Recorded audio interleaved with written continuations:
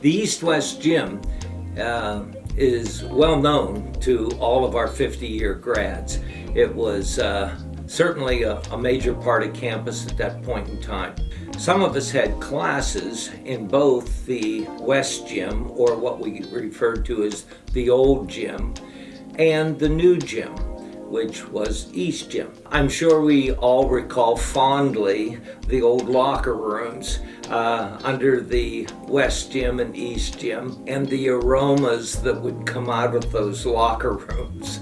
The West Gym was actually constructed in 1906.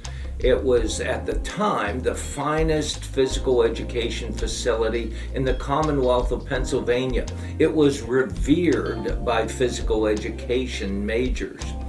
It had, in addition to a basketball court in which a lot of physical activities were taught, it had a second floor banked track, running track. And if you were a local kid, as I was growing up, a townie, you'd sneak in to the West Gym on Saturday mornings, and you'd attach your bicycle to one of the climbing ropes, hoist it up to the second floor bank track, and you'd have your bicycle Indy 500 race on Saturday morning. The East Gym is where the basketball team and other sporting events took place, or basketball games. And back in the 50s, before we actually started, the Golden grad classes started, that was quite the gymnasium. But our gymnasium was the field house, which was constructed in 1962. The East Gym will be remembered because that is actually the site where we registered for classes. The departments, the various departments of the university, would have a department member line up around the perimeter of the gymnasium, and you were sent a time card, which was an IBM computer punch time card telling you when to go into the gymnasium, and your advisor would have told you what you should be taking, but you would go around and stop at each of the departments you were supposed to be taking a class with and say, I'd like to get a history class that will fill my block. Well, the history faculty member then would give you a card that would say Ancient Civilization, Tuesday, Thursday, 8 a.m. And you would take it, and then that was part of your schedule. Well, many of the students didn't want to take 8 o'clock classes. Many of us had to, but if you got an 8 o'clock class card given to you, you might say, well, I'll not use this. I'll see if I can go back and get another card. So you either waited until the faculty member changed, so a new faculty member wouldn't recognize you, and you'd ask for another card, and maybe you'd get a 10 o'clock in the morning class. Oftentimes these time cards with classes would be on the floor, and you would go around and pick one up off the floor and say, well, there's an ancient civ class with Professor Menel, and he's the guy I really want to take, and it's at 11 o'clock in the morning. That's a jackpot. And you would discard your 8 a.m. card. That's the registration process at the time in East Gym. And of course you went to South Hall to pick up your books. South Hall was, of course, known to students in the late 1960s, early 70s. But it wasn't known as the boys' dormitory. The original South Hall burned to the ground in 1895 as a wood frame construction building, and it was one of the original 3 buildings. They rebuilt the wooden building with a huge brick building with a gigantic bell tower. And in that bell tower was the Victory Bell. The Victory Bell was rung at the conclusion of every football game that Slippery Rock won, acknowledging to the campus and community that it was a victory.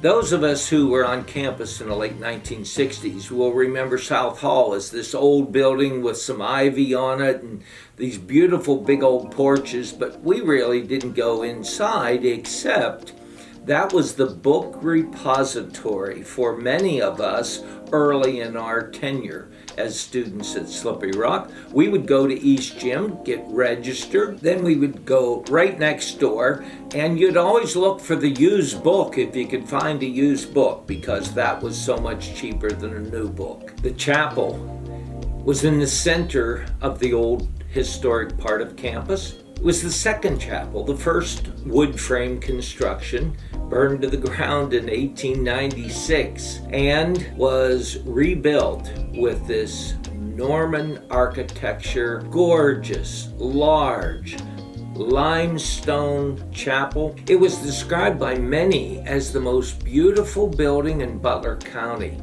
And if you look at the courthouse in Butler City and look how beautiful that building is, you can only imagine how beautiful our chapel had to have been to be more beautiful. So with these more than 100 stained glass windows and all this stone construction, it created quite a statement in the center of campus. Most of us, though, starting in the mid to late 1960s, knew it as a building that was closed because it was last used for commencement exercises in 1955. There were lots of different pranks that took place in and around the chapel, but we'll probably leave those under the rock, so to speak. Those around in 1971 will remember the razing of the chapel when it was torn down. Stones, these big, massive limestones, hand cut, were just given away. It was not the university that was selling these. It was the private contractor who had contracted to tear down the building. So he ended up selling the stained glass windows, some of which are still in North Hall on the first floor. Thompson Stadium was named after the beloved coach, N. Kerr Thompson, who lived just across the road and up the street a bit on Keister Road. To those of us who were in school in the late 60s, early 70s, it was the site of many competing athletic events. Football, soccer, track, cross country, and other events took place there. And some of us will remember where you could get a hot dog and Coca-Cola at the edge of the field.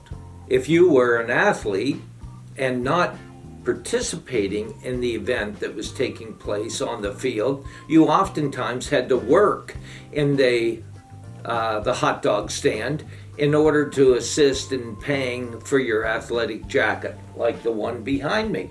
N. Kerr Thompson came to us in the late teens, early 20s, started coaching right away. He coached every sport. He coached so many sports in the 20s and into the 50s. And it was Coach Thompson who reported to the council trustees during World War II in 1944. He said, "We only have 11 men on this campus, but 6 of them are somewhat athletically inclined. So we're going to have a basketball team here at Slippery Rock State Teachers College." The hut and ye old grill. We can't think of this building without smiling. There were lots of things that took place in the hut and the grill. It was our social center. It was our student union. And in the basement, we had the bowling alleys with duck pins. On the first floor, we had a dance floor. We had ping pong tables, card tables. And then off to the northwest corner, you could walk from the hut into the grill and you could get a hamburger, a hot dog, French fries. It was fondly managed by a woman by the name of Connie Stevenson, who went by the nickname Hun. She called everyone Hun. All of the students were Hun to Connie Stevenson. The faculty the staff, and even the president was Hun. She was loved by the students. And you can't talk about the Grill or the Hut without talking about Connie Stevenson. Today, the building still stands as part of the art complex, but the Grill has been long torn down. Patterson Hall, named for Lewis Patterson, the farmer who assisted greatly in the founding of Slippery Rock State Normal School through his partial donation of 10 acres of ground right on Main Street, that the original 3 buildings, North Hall, the chapel, and South Hall, were built upon. 10 acres of cornfield, donated in part by Lewis Patterson. Patterson Hall, boys' dorm, was constructed in the mid and late 1950s and opened to many of alums as freshmen in the late 50s and into the 60s. It was the on-campus boys' dormitory for those of us who are celebrating our 50 years. Patterson Hall was an interesting building, and those of us who stayed in it will remember that when you went into Patterson, you had that central reception area there with the mailboxes on the right, and you could go downstairs and into that long hallway that we affectionately referred to as the dungeon, because you couldn't see the light of day in most cases. But Patterson still stands today, not as a boys' dormitory. North Hall is one of those buildings that is set apart by its architecture, its style, its beauty. It looks like it belongs on an Ivy League campus, and that was all thankful to Emma Guffey Miller. The North Hall that we have today is actually the 3rd version of the North Hall, the original being replaced with a brick encased building so it wouldn't be fire prone like the chapel in South Hall that had burned in the mid-1890s. But North Hall, that strong, massive brick-covered building, burned to the ground homecoming weekend 1937, when an ox that was being roasted in the kitchen, the fat dripping and the fire started. And everything in North Hall was destroyed, thankfully, except the people. Every woman escaped out of North Hall, and they escaped with whatever they could carry with them. But those of us who are celebrating our 50th anniversary will remember North Hall as home.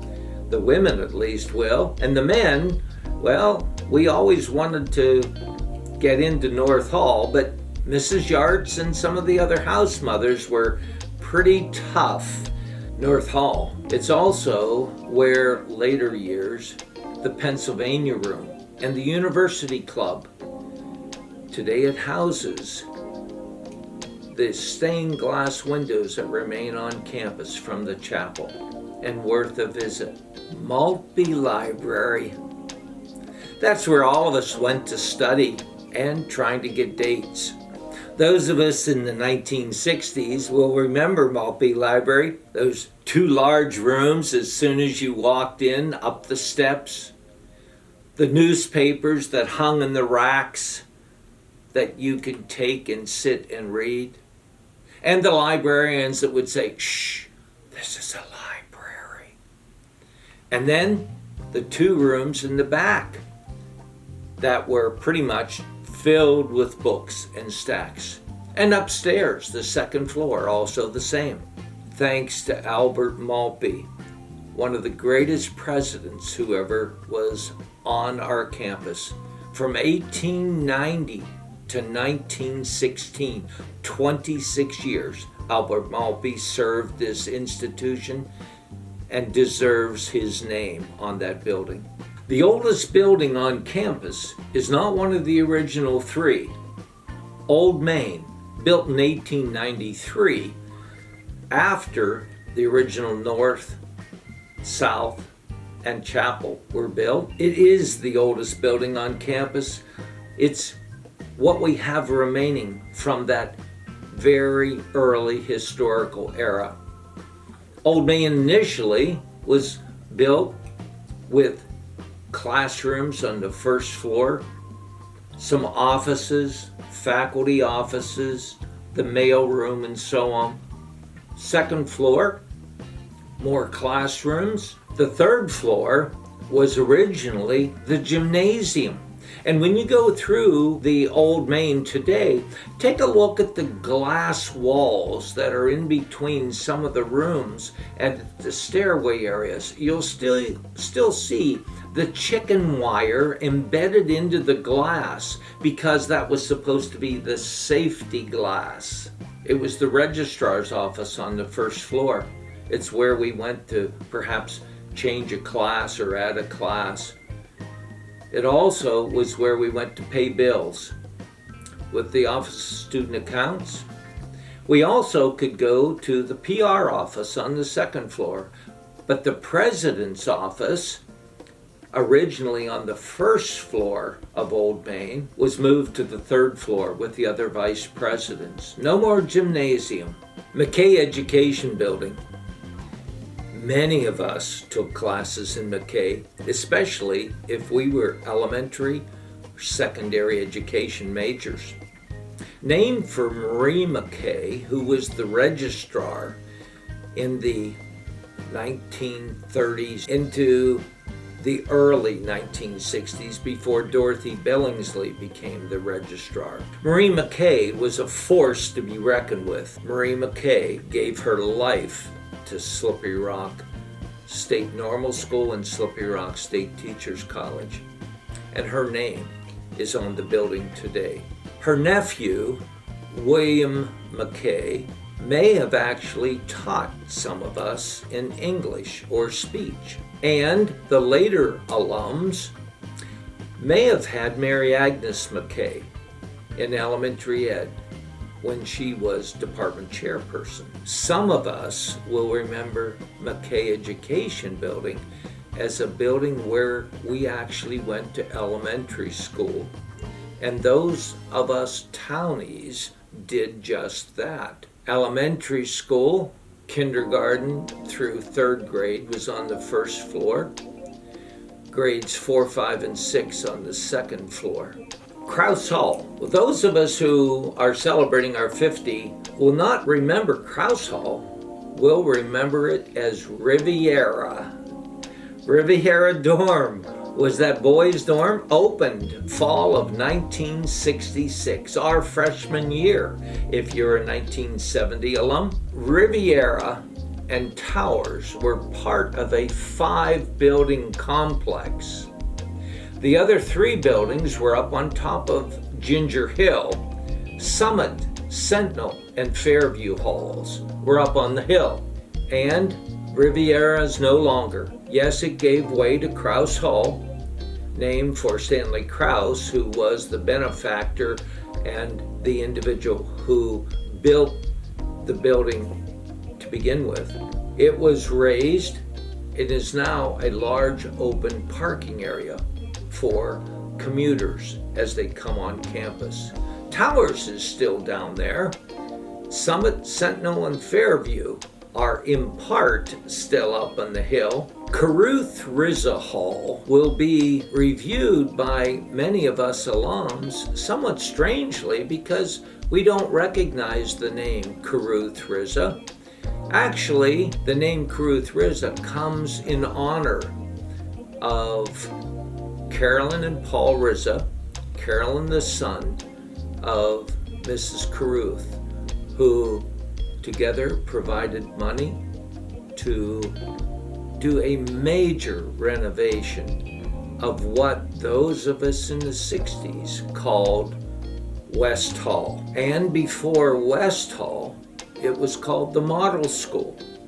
Built in 1900 as the town school building, it's where those state normal school students and state teachers college went to model the practice teaching. Those of us who are celebrating, however, remember West Hall as maybe that's where we took our math classes.